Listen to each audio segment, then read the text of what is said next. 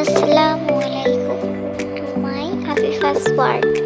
আজকে আমি দেখো কিভাবে বাড়িতে খুব সহজেই ভেলপুরি তৈরি করে নেওয়া যায়।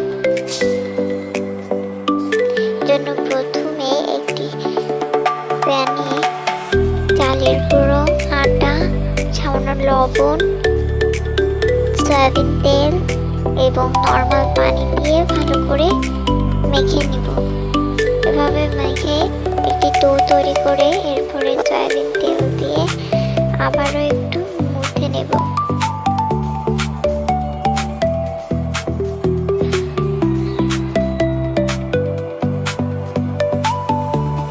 মুথে নেওয়া হয়ে গেছে। এর পর্যায়ে আমি ঢেকে দিব 15 মিনিটের জন্য।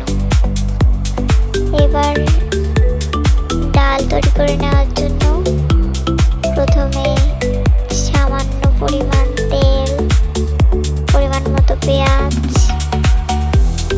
জিরা গুঁড়ো, ধনিয়া গুঁড়া, হলুদ গুঁড়া, মরিচের গুঁড়া দিয়ে ভিজিয়ে রাখা ডাল এবং আলুগুলো দিয়ে ভালোভাবে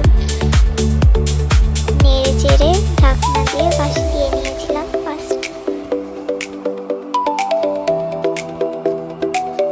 এরপর ওই মুথে রাখা আটা দিয়ে ভেলপুরিগুলো তৈরি করে নিয়েছি। অনেক ক্রিস্পি হয়েছে।